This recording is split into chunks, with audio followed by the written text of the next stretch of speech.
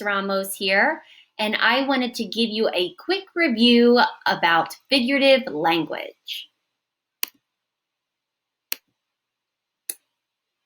All right. So figurative language. One example of figurative language is a simile, and that is when you compare two things using the words like or as, such as she is happy as a clam. Metaphor is another example of figurative language, and that is when you compare two things without using the words like or as. So to use the same example as before, a metaphor would be she is a happy clam, or she is a lucky duck. Let's talk about personification. Personification is when you give human traits to a non-human object. So for instance, my example is, the leaves danced gracefully in the wind. Leaves are not human, but we are giving them a human trait, and that human trait is to dance gracefully.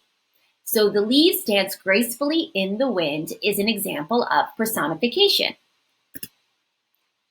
Another example is hyperbole, and that is an extended exaggeration. I love to use hyperbole, and I use it all the time.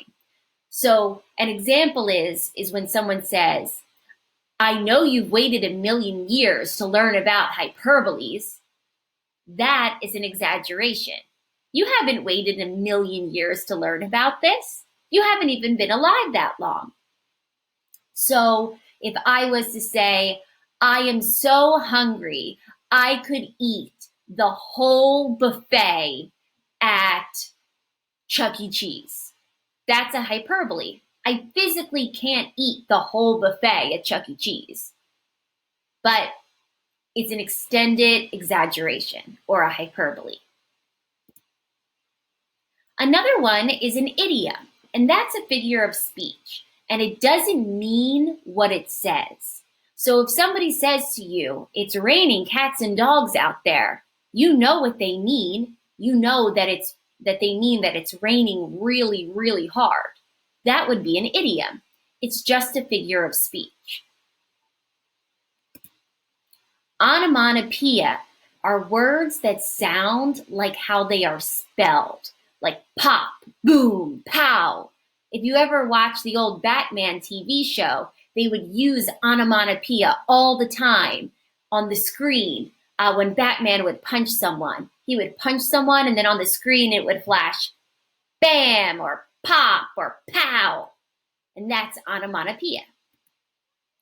Finally, our last one is imagery.